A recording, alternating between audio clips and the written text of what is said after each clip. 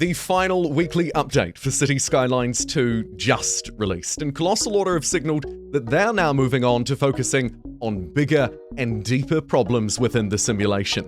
In this video though, I'm going to quickly break down today's patch update into categories that I think broadly make sense, from citizen transit that's pathfinding right the way through to car parks, as well as some buffs and balances to city services, and some crucial bug fixes. Sit back and relax, and let's take a look at today's changes. I'm going to start by jumping straight into the middle of the patch notes for a little grouping I like to think of as citizens and transit. Most importantly, perhaps, citizens will no longer change their models when going in and out of buildings, but the important part here is actually their preference towards those buildings. They now have a much stronger preference for parking their cars on building lots versus the roadside. And if your roadside looked anything like mine, it was probably littered with parked cars. Maybe we'll see a bit of a reduction there after this update. The rest of the changes here are perhaps more focused around fixes and improvements, from small ones in and around the UI to perhaps slightly more general, broader ones, like multiple pathfinding bugs have been fixed, and they also claim to have made general improvements to pathfinding. Finally, I would note that pickups, I'm assuming that's a pickup truck, a ute, as you might call it, but let's not get into the linguistic debate again. They now fit better in parking lots. Across the board, nice changes to citizen behavior and pathing, and they link quite well into the second category that I think you might be most interested in, and that's buffs and balances to city services.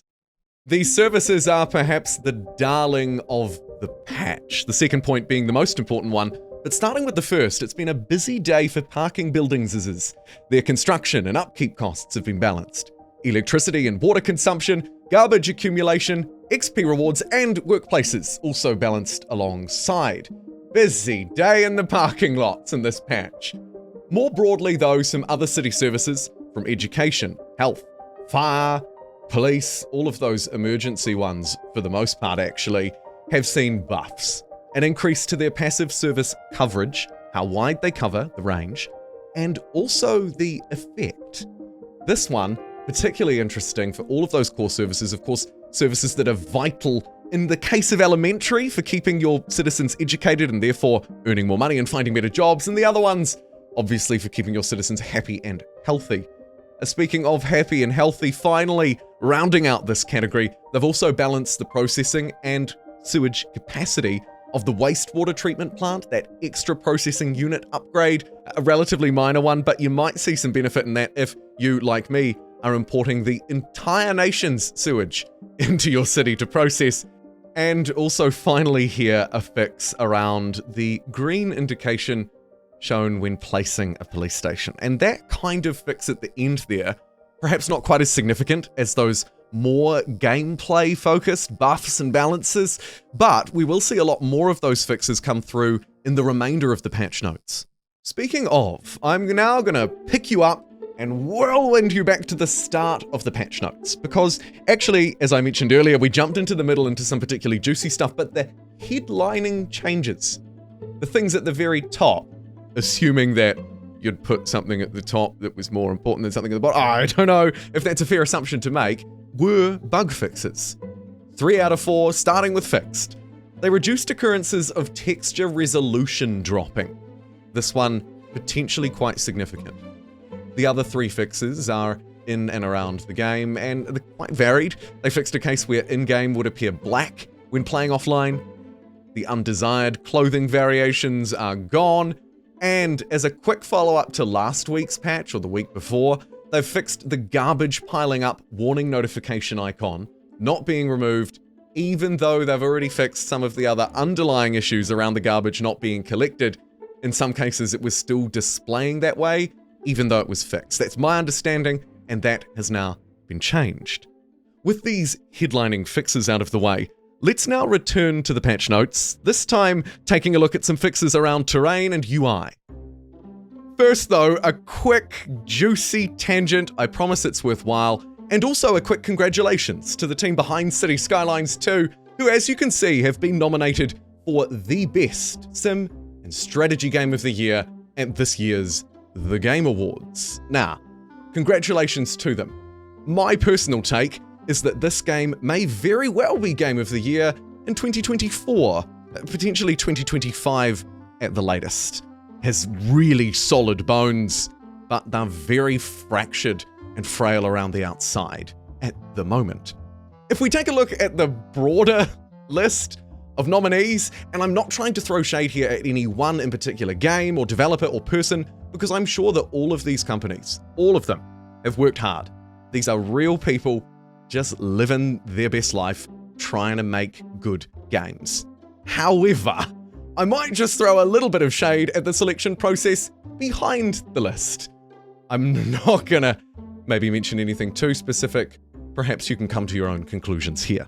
Now, let's get away from the Game Awards and everything that surrounds that celebration and focus back in on today's changes in City Skylines 2. Sorry for the tangent, but I thought it was worth mentioning that this game has been nominated to be the very best. Now, this selection from the patch notes, I'll admit, little bit of a loose grouping. Is it kind of the fixes that were left at the end? Well, actually, we're not quite at the end of the patch yet, but yeah, I suppose. The first one touches on an interesting and much broader problem. They've tweaked terrain cliff texture tiling and detailed texture values. Now, this may or may not be incredibly significant to you or I, but I think it's worth noting that how the terrain interacts with, say, roads, or building plots, or service building, a variety of things in this game, I think could definitely use a little bit more work. What else have they been working on a little bit more? Well, the rest of the fixes here, as I mentioned, kind of random. They've fixed padding issues in the main menu. They've fixed Japanese UI layout issues for anybody out there speaking Japanese. And they've updated the credits. Now you might think, gee, we're really scraping the bottom of the barrel now. Don't worry, there is but one more grouping to cover off. And then we'll move on to take a look at some deeper detail about what Colossal Order are actually doing next. Things like the editor, like modding, like the console release, and of course fixing the deep-seated issues in this game. Before that though, some quick fixes that, to be frank, mightn't mean a lot to you, so I'm going to go through them very quickly. The first one, maybe most important to your gameplay, is that they've fixed some flaws and optimized air pollution across the board, particularly on a specific map. Then we're talking about spawnables in the selected info panel, where they've added an under construction section and progress bar. They've also hidden other sections there until building construction is completed, and finally added a button to toggle visibility for the whole list of lines at once. With that aside, that, my friends, is everything that they've changed in City Skylines 2 today, hot off the press, a couple of hours ago at about 4 a.m. local time for me in New Zealand at the time of recording. Hopefully, you'll get a little bit more of a palatable experience with it. So what does the future look like for City Skylines 2, now that these relatively minor, largely focused on fixes updates are out of the way? Well, in a recent Word of the Week update, which I'm also at the moment covering here on the channel, but this piece of information is so important and also crucial context to finish off this video that I think we should talk about it again, even if you've heard me talk about it before, which frankly you might not have, because roughly half of the people who watch these videos aren't subscribed to the channel. So please, a quick shameless plug, consider joining us and helping us surge towards that mighty, if not quite far off, 6-figure subscriber goal. Now back to Colossal Order's update, and this one really should be approached not directly quoting, but with great accuracy. They say that in the last few weeks, they've had quick pace, lots of patches, and we've seen that week after week. The final one has now landed, and that means that the team is now focusing on the level of detail improvements and improving GPU performance. While geometric level of details are largely automated, they say that there are tons of tweaks and adjustments required. They are expecting a relevant performance boost, by the way, once they get through these improvements. However, there's a catch. The workload is significant, they say, and unfortunately, there's no silver bullet to improve performance at once. Instead, it's going to require several tasks completed at once, and once they're happy with all of it, it should work. like an interconnected web where every single node needs to be in place. They say that this results in less frequent updates moving forward. They will not have weekly patches, but they will continue to update that word of the week, which they kind of lay out some sort of broad direction for the game. Maybe they address some criticisms or controversies within the community or around the game. I think they're really interesting updates, and that's why I'll keep covering them, but they will keep doing those each week until further notice. So, the TLDR, weekly updates are now out of the way, as Colossal Order have signaled that the work required for future improvements and fixes is simply too complicated to pump out in a week. They just can't do it. They need more time. And that, I think, is fair enough, and it also probably signals a broader shift in the development of Cities Skylines 2.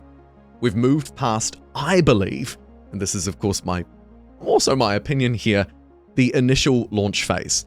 The quick, there are a lot of holes in this bucket, let's get some duct tape out, quickly slap them up, and try and keep as much water in as we can.